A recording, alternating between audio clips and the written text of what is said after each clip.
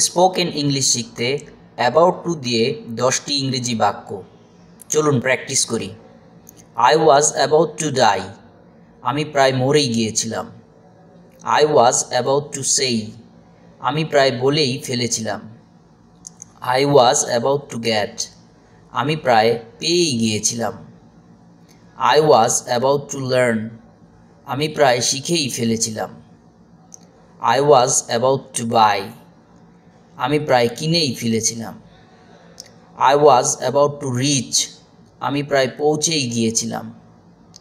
I was about to call, আমি প্রায় phone করতেই গিয়েছিলাম।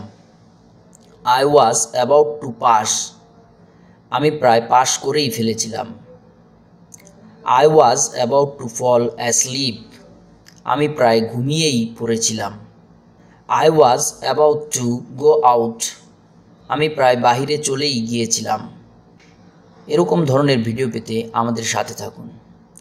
Thank you so much for watching this video. See you next with a new video. Till then, take care of yourself.